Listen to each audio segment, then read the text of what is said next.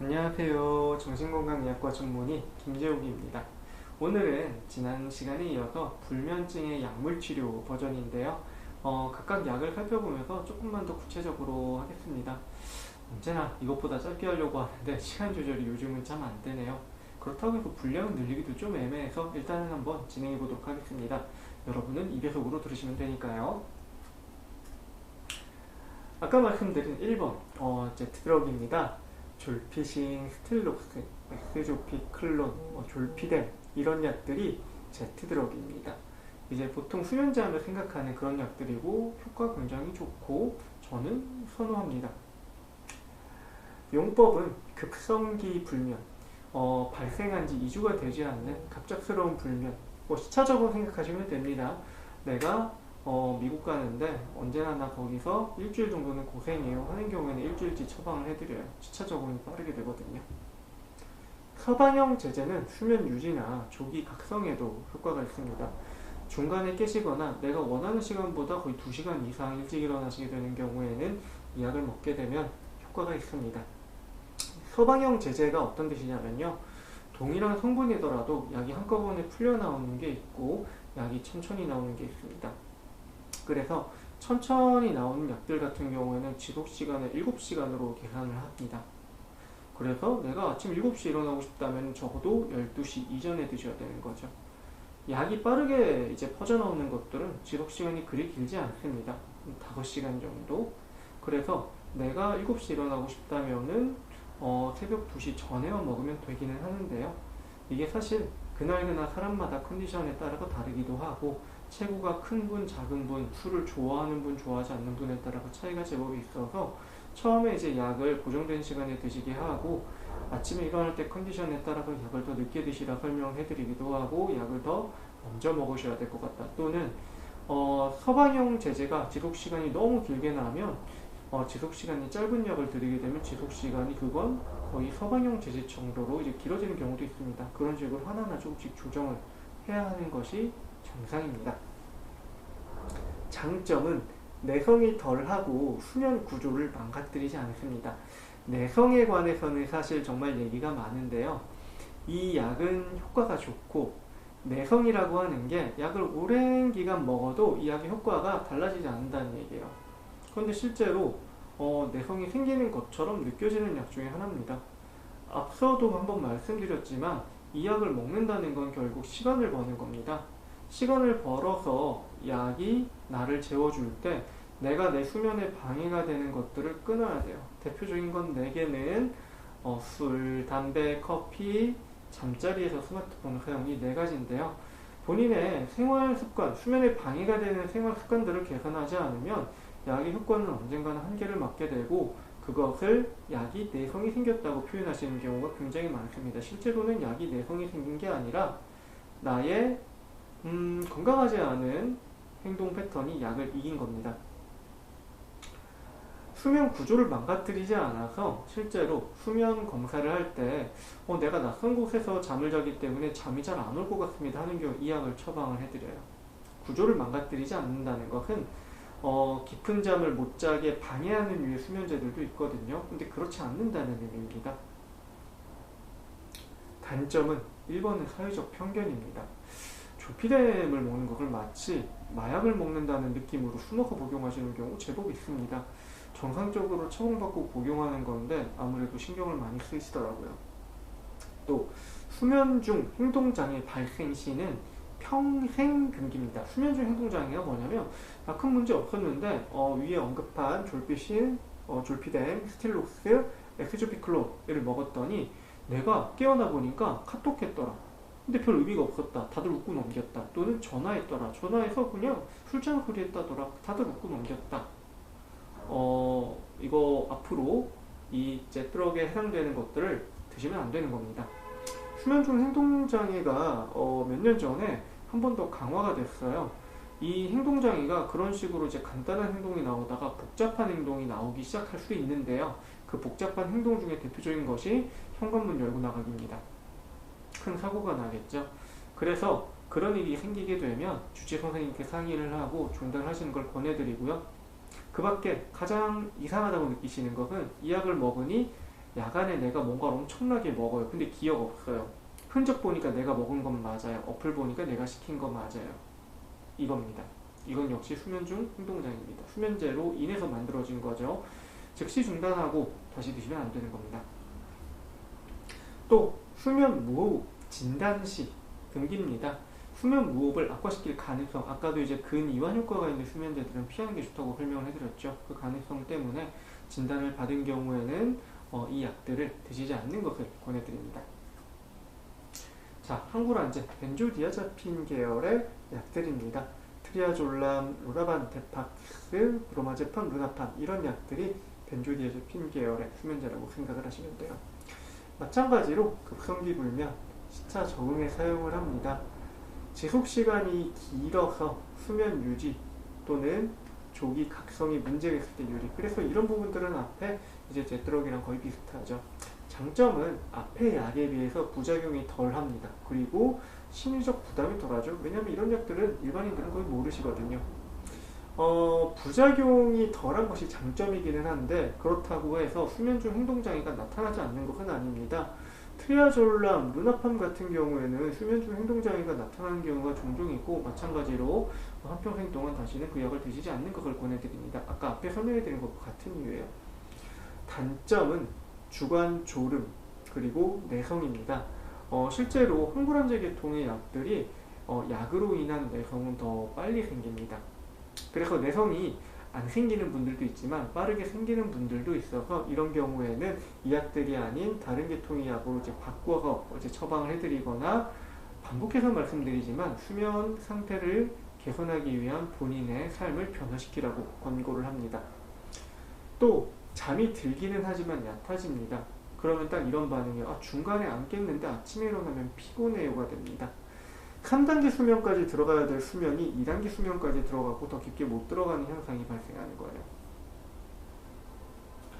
그 다음은 항우울제 계통입니다. 이 종류는 아까 앞에서 이제 설명해드리면서 그래도 나름 말씀을 드린 것 같고요. 용법은 주로 우울이 병행된 불면일 때 사용을 합니다. 우울이 병행되지 않았다면 앞에 약들이 훨씬 더 무난하거든요. 그런데 우울이 병행이 되어 있다면 우울이 불면을 악화시키고 불면이 우울을 악화시키기 때문에 이런 약들을 같이 사용합니다. 마찬가지로 수면 유지와 조기 각성에 효과가 있고 인면 효과는 전부 다 강하지 않습니다. 잠을 빨리 들게 해주는 효과는 없지만 그나마 제일 앞에 적어놓은 사일르노는 그나마 잠을 빨리 들게 하는 효과도 어느 정도는 있는 것 같습니다. 장점은 이제 앞선 약들에 비해서 부작용이 덜하고 내성이나 의존 가능성이 없습니다. 그래서 내성과 의존 가능성이 예상되는 분들에게는 앞선 약들을 처방해드리지 않고 항우울제 그리고 그 뒤에 있는 약들을 처방해드리는 경우가 많아요. 단점은 주간 졸음 그리고 아침 기상이 어려움입니다. 왜냐면은 수면제의 약들은 지속시간이 7시간이 될 수 있게 개발이 된 약들이에요. 보통 그 시간 정도는 주무시니까. 근데 항우울제들은 7시간 효과가 있는 약이 아니라 하루 종일 효과가 있게 애초에 개발이 된 약들이잖아요. 그래서 항우울제로 인한 졸음 역시 제법 긴 경우들이 있습니다. 그래서 이런 것들은 명확한 단점이고 그래서 수면제가 실제로 불면을 목적으로 쓰기에는 정말 깔끔합니다. 항정신병 약물입니다. 마찬가지로 주로 우울과 병행된 불면 또는 조울증에 병행된 불면 또는 조현병에 병행된 불면인 경우에 이제 사용을 하게 되는데 수면만을 위해서 이제 사용하는 경우에는 뭐 100mg 정도를 넘어가진 않습니다. 조현병이나 조울증 때 사용하는 용량과는 제법 차이가 있어요. 인명과 수면 유지에 효과가 있고 장점은 마찬가지로 내성과 의존 가능성이 없습니다.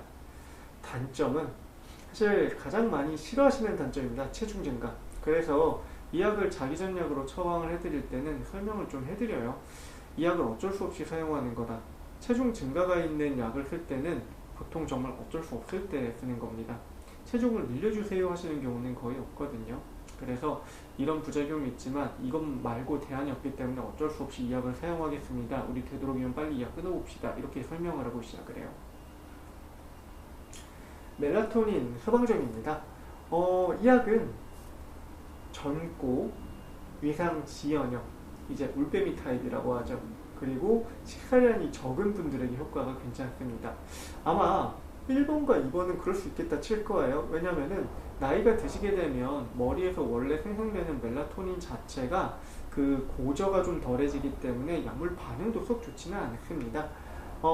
위상 지연형 불면은 요즘 이제 아까 앞에서도 설명을 해드렸지만 잠자는 시간이 스마트폰 때문이 아니라 계속 뒤로 밀리시는 분들이 있어요. 그런 분들은 멜라토닌을 복용하게 되면 멜라토닌이 수면 위상을 앞당겨주는 효과가 있기 때문에 이건 어떻게 보면 수면을 빨리 자게 만들어주거나 또는 깊게 만들어주는 거랑 조금 차이가 있는 개념이거든요. 식사는 무슨 상관이냐라고 하는데요.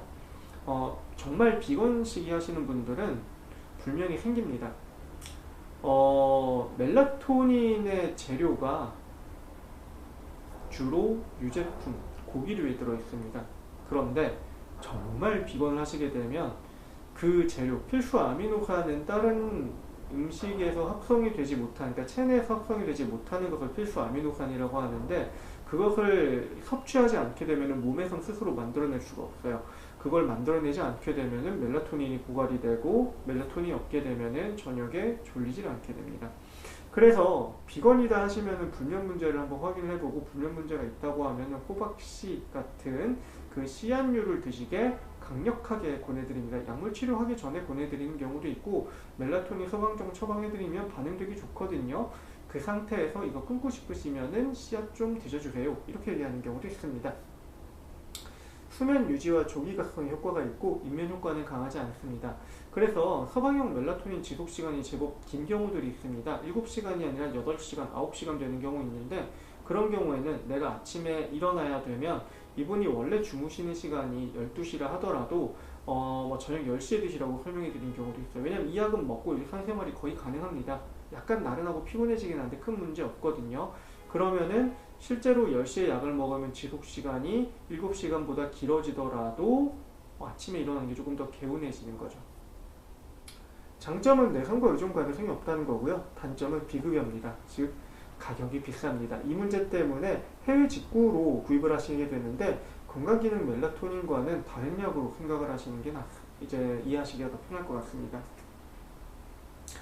항히스타민 같은 경우에는 미성년자, 성인이 아닌 분들의 불면에서 종종 사용하고 약국에서 구입하는 대부분의 수면제가 항히스타민이 들어있습니다. 앞선 약들보다는 효과가 약하고 부작용도 약한데요. 단점은 주간조름입니다. 항히스타민 지속시간이 제법 깁니다. 졸피뎀보다 깁니다. 그래서 약국 수면제 드시고 이 약도 이렇게 내가 아침에 졸리고 정신을 못 차리겠는데 졸피뎀은 얼마나 세다는 거야 라고 해서 졸피뎀 되게 묵하시는 경우 있거든요. 근데 실제로 졸피뎀 드시고 오잉 하십니다. 이게 아침에 일어날 때 더 개운하네요 하시는 경우가 많아요. 그래서 실제로 아침에 일어났을 때 컨디션으로 우리가 수면을 판단하잖아요. 지속시간이 긴 약들을 먹을 때는 수면 시간을 같이 길게 가져주지 않으면 그 약이 독하다고 느끼시는 경우가 많습니다. 마지막으로 클로나제팜입니다. 항경련제이자 항불안제예요. 그래서 화질 불안장애나 렘수면 행동장애, 옆에 있는 사람 때리는 의도 없이 팔다리를 휘두르다가 괜히 옆에 있는 사람이 맞는, 주로 배우자분이 맞으시죠. 그런 이제 질환으로 인해서 중간에 잠을 깨게 됐을 때 처방을 하고요. 또 공황장애나 편두통이 병행되어 있는 불면이다 하면 이 약이 효과가 좋습니다.